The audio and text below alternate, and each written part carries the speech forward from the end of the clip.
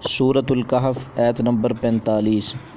अऊज़ु बिल्लाहि मिनश्शैतानिर्रजीम बिस्मिल्लाहिर्रहमानिर्रहीम। वज़रिब लहुम मसलल हयातिद दुनिया कमाइन अंज़लनाहु मिनस्समाइ फ़ख्तलत बिही नबातुल अर्ज़ फ़अस्बह हशीमन तज़रुहु अर्रियाह वकान अल्लाहु अला कुल्लि शैइन मुक़तदिरा। वज़रिब लहुम, और आप मसाल बयान कीजिए उनके लिए, मसलल हयातिद दुनिया, दुनिया की ज़िंदगी की, कि दुनिया की ज़िंदगी कमाइन ऐसे पानी की तरह है, अंज़लनाहु मिनस्समाई, के जिसको हमने नाज़िल किया आसमान से, फ़ख्तलत बिही, और फिर मिलजुल गई इस पानी के साथ नबातुल अर्ज़ी, ज़मीन की नबातात, ज़मीन की अंगूरियाँ। दोबारा फिर समाअत फरमाएँ। वज़रिब लहुम, और मसाल बयान कीजिए उनके लिए, मसलल हयातिद दुनिया, दुनिया की ज़िंदगी की मसाल ऐसे ही है, कमाइन उस पानी की तरह के अंज़लनाहु मिनस्समाई, कि हमने नाज़िल किया आसमान को, आसमान से क्या नाज़िल किया? पानी नाज़िल किया। फ़ख्तलत बिही, तो फिर मिलजुल गया उस पानी के साथ नबातुल अर्ज़, ज़मीन की नबातात। तो फिर क्या होता है? फ़अस्बह हशीमन, तो फिर हो गया वो ज़र्रा ज़र्रा। तज़रुहु अर्रियाह, कि जिसमें हवाएं उड़ाए फिरती हैं, तदरूहु, वो छोड़ देती हैं उसको, अर्रिया, हवा, यानी कि जिसको हवाएं उड़ाए लिए फिरती हैं। वकान अल्लाहु, और है अल्लाह ताला, अला कुल्लि शैइन, हर चीज़ पर, मुक़तदिरा, मुकम्मल तौर पर कुदरत रखने वाला।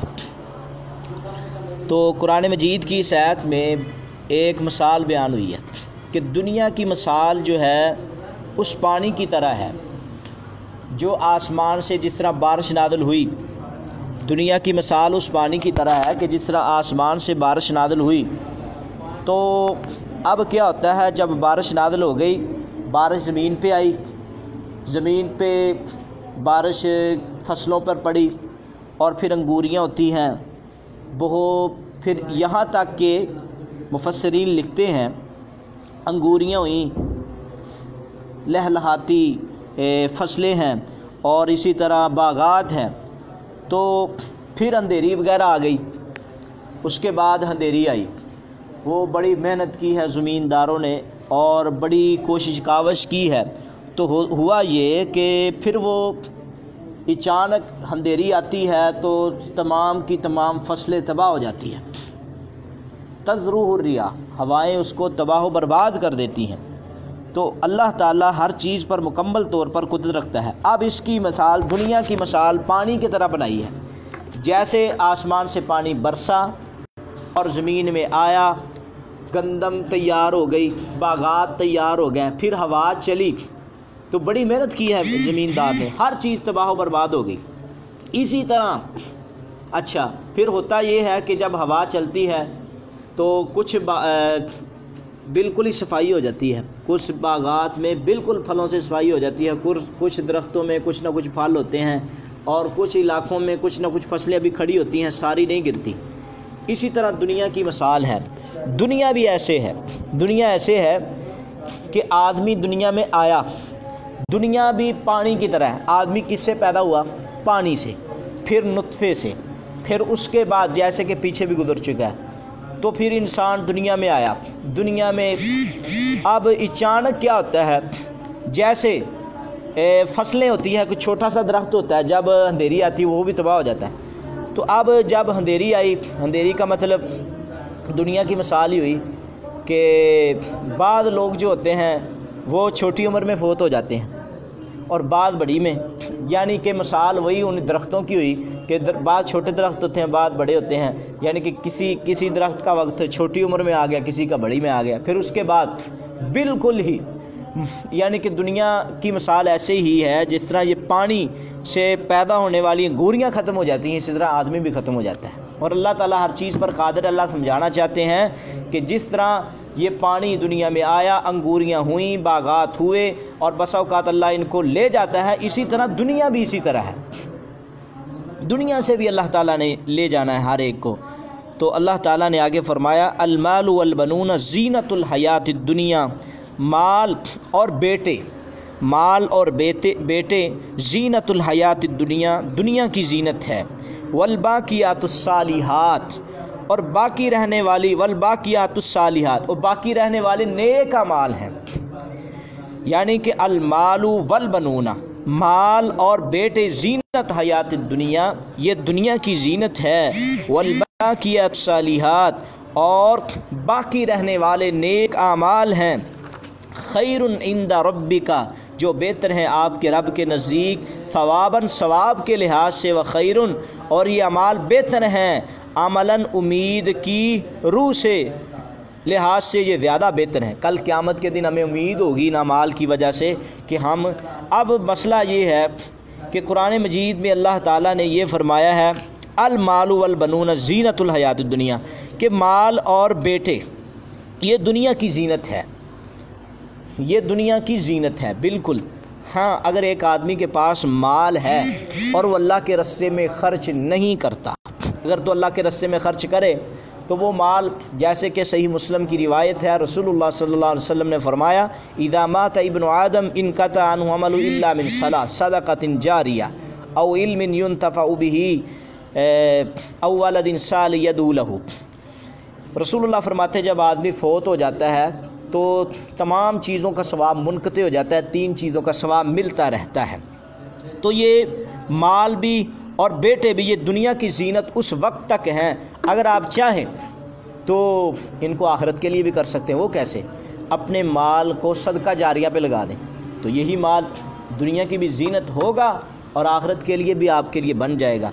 तो रब्बना आतिना फिद दुनिया हसनतन व फिल आखिरति हसना, जिस तरह दुनिया में चाहिए आखिरत भी चाहिए। और इसी तरह बेटे भी, यानी कि रसूलुल्लाह ने फरमाया कि बंदा मर जाए, उसकी औलाद बाद में जो भी नेकी का काम दुआ करेगी वो सवाब मिलेगा।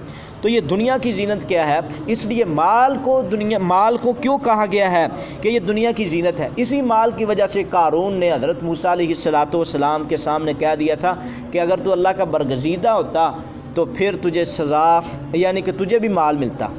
तो वो भी इसी माल के बलबूते, और बड़े बड़े चौधरी अम्बिया अलैहिमुस्सलाम की मुखालफत करने वाले माल की वजह से मुखालफत करते थे, उनके पास माल होता था। वल बनूना, और बेटे दुनिया की ज़ीनत है। तो अल्लाह ताला ने फरमाया, कू अनफुसकुम व अहलीकुम नारा, खुद भी हो बचो और अपने बच्चों को भी बचाओ। बेटे दुनिया की ज़ीनत इसलिए है कि आदमी झूठ बोलता है कारोबार में और दंगा फसाद करता है कारोबार में, लोगों की ज़मीनों पे कब्ज़े करता है सिर्फ अपनी औलाद की खातिर। औलाद ना हो तो आदमी करता ही नहीं है। तो ये दुनिया की चीज़ें हैं, ज़ीनत है, और बाकी रहने वाले नेक अमाल हैं। अब मुफस्सिरीन ने वल बाक़ियातुस सालिहात से क्या मुराद लिया है?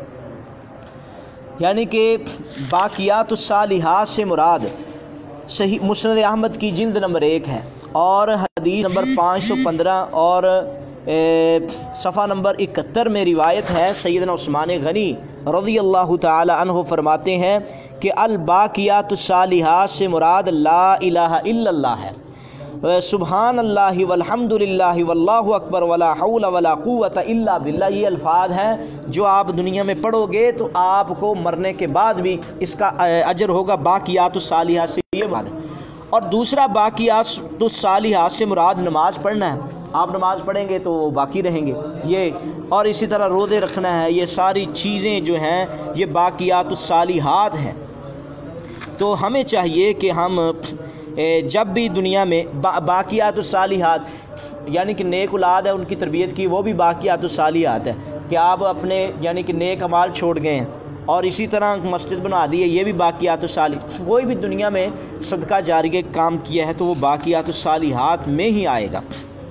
आगे अल्लाह फरमाते हैं व यौम नुसय्यरुल जिबाला, और हम चलाएँगे अल जिबाला पहाड़ों को, वयोमा और हम वयोम और जिस दिन नुसय्यरुल जिबाला कि हम चलाएंगे पहाड़ों को, वतरल अर्ज़ बारिज़तन और तू देखेगा ज़मीन को सामने, और तू देखेगा ज़मीन को सामने।